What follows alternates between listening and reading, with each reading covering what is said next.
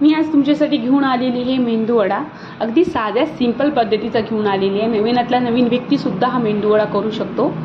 तर बघा 2 वाट्या डाळ घेतली उडदची, त्याला स्वच्छ धुवून टाकायचं, ते 3 ते 4 तासासाठी भिजत घालून घ्यायचं।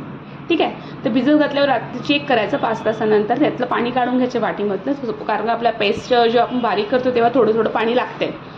तर एक मिक्सरचं पॉट घ्यायचं, त्यामध्ये ती डाळ टाकायची, त्यामध्ये 3 हिरव्या मिरच्या घालायच्या आणि थोडंसं आलं घ्यायचं आणि त्याची बारीक अशी पेस्ट करायची, बारीक करायची एकदम पेस्ट। बारीक पेस्ट केल्यावर ते एका बाउलमध्ये काढून घ्यायचं। एका बाउलमध्ये काढून घेतल्यावर त्यामध्ये जिरं घालायचं, जिरं घातल्यावर आपण त्यामध्ये मीठ घालायचं आणि मीठ घातल्यावर थोडासा सोडा घालायचा। सोडा किंवा इनो हे ऑप्शन आहे, तुम्ही दोघांमधून एक घालू शकता, जे अवेलेबल असेल तुमच्या घरी ते। आणि नंतर त्याला चांगलं फेटून घ्यायचं। फेटल्यावर असं फेटायचं की ते एकदम मऊ झालं पाहिजे, म्हणजे सॉफ्ट झालं पाहिजे बॅटर आणि एकदम हलकं झालं पाहिजे। आणि नंतर चेक करायचं बॅटर।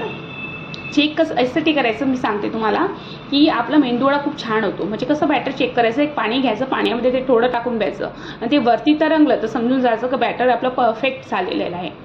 नंतर मग एक कढई ठेवायची, कढईमध्ये तेल घालायचं। तेल घातल्यावर तुम्ही एक चम्मच घ्यायचा, तो गोल चम्मचचा जो कढीचा आणि वरणाला जो चम्मच वापरतो आपण, त्या चम्मचला छान स्वच्छ आधी धुवून घ्यायचं, पाणी लावायचं, तो ओलाच पाहिजे चम्मच। आणि त्याला मग छान त्याच्यावरती हे टाकायचं बॅटर आणि छान आकार देऊन द्यायचं मधातनं आणि छान मंद आचेवर, कमी आचेवरच तळायचं आहे, फुल आचेवर अजिबात तळायचं नाही आहे, कारण आपला वडा आतमधून सुद्धा शिजला पाहिजे, त्यासाठी आपल्याला कमी आचेवर तळावं लागेल।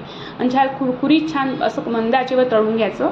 मी तुम्हाला सांगितलेलं आहे की कशा पद्धतीने टाकायचं आणि जसं जसं तुम्ही ते बॅटर टाकत जाल चम्मचला, तसं तसं ते चम्मच पाण्यात धुवून घ्यायचं, ओला करायचं त्याला। जर तुम्ही तसं टाकलं तर जमणार नाही, त्याला ओलं करत राहायचं, धुवायचं, एक टाकल्यावर धुवायचं परत करायचं, एक टाकल्यावर धुवायचं परत करायचं आणि मंद आचेवर छान असं म्हणजे छान तळून टाकायचं। तळल्यावर नंतर छान तळून टाकल्यावर ते तुम्ही चटणीसोबत पण, आणि नंतर मग बघा आकार पण, आणि त्याचा आकासा ब्राऊनसर आला पाहिजे, छान आकार। आणि नंतर तुम्ही हा मेंदूवडा आपला रेडी आहे। तर तुम्ही बघू शकता किती छान झाले आहे मेंदूवडे, एकदम हलके आणि कुरकुरीत झालेले आहे, अगदी कुरकुरीत आणि सॉफ्ट झालेले आहे।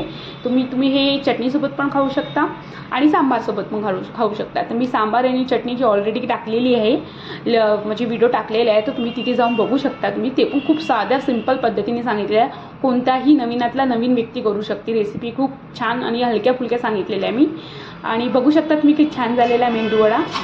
आणि माझे चॅनल जे आहे ते नवीन आहे, तर प्लीज मला सपोर्टची खूप गरज आहे। माझ्या चॅनलला व्हिडिओला लाईक करा आणि चॅनलला सबस्क्राईब करून ठेवा, म्हणजे तुम्हाला नवीन नवीन रेसिपी तुम्हाला पाहायला भेटेल माझ्या चॅनलवर।